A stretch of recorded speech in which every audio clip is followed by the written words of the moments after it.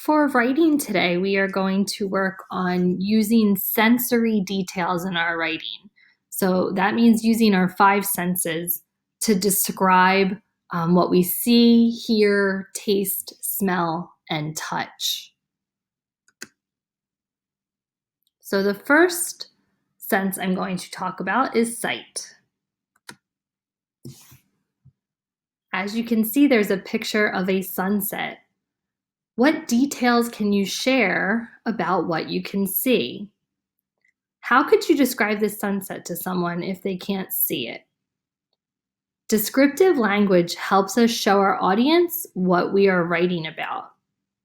So some examples of words that describe this sunset: brilliantly red and orange, golden, spectacular.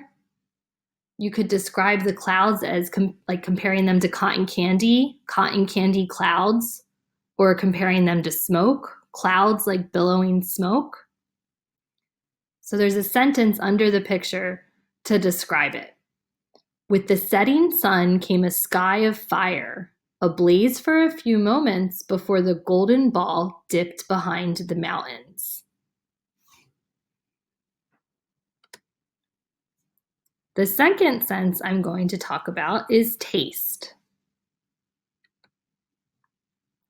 The photo here is of some delicious looking pizza. What details can you share about what you can taste?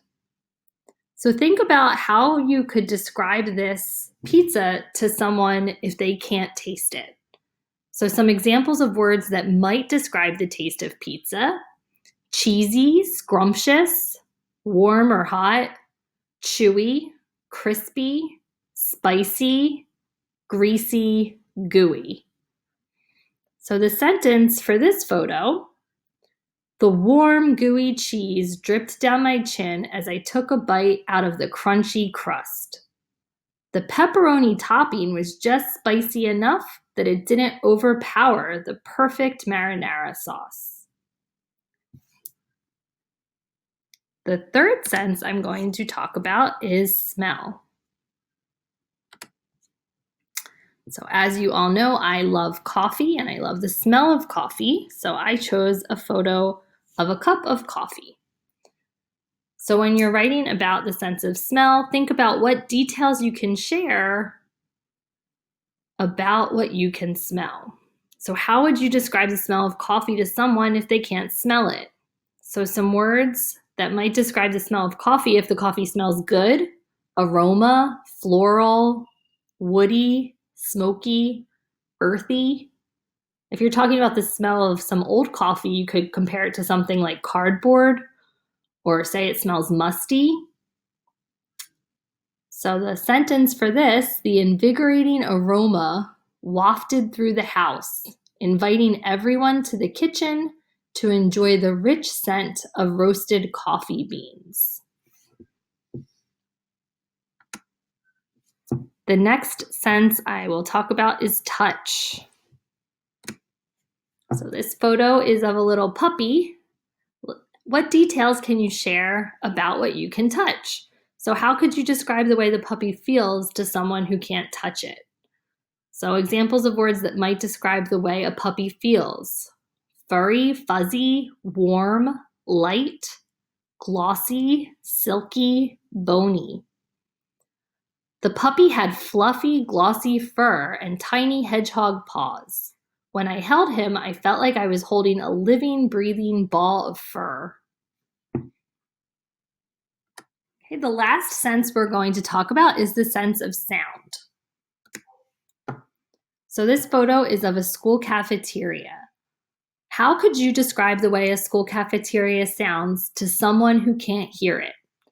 So some examples of words that might describe the way a cafeteria sounds are noisy, chattering, muffled, quiet, clanking, giggling. So the sentence for this photo: noise boomed from the cafeteria as the principal opened the doors to see hundreds of students chattering away as they quickly stuffed their faces with chicken nuggets. So the read aloud that you will listen to before you start your writing assignment is called Twilight Comes Twice. It's by Ralph Fletcher, illustrated by Kate Kiesler. While you are listening to the read aloud, pay attention to which of the 5 senses the author uses to describe something. When you're finished listening to the read aloud, it's your turn to write. So in your writing assignment today, I want you to think about your favorite place you enjoy spending time. It can be any place. Imagine you are making a movie and you want your audience to be able to imagine your favorite place. You want them to be able to experience your favorite place through all 5 senses, not just watching, but smelling, tasting, feeling, and hearing. Set a timer for 20 minutes and write about your favorite place in the Google Doc attached to this assignment. Okay, I'm excited to read your movies later.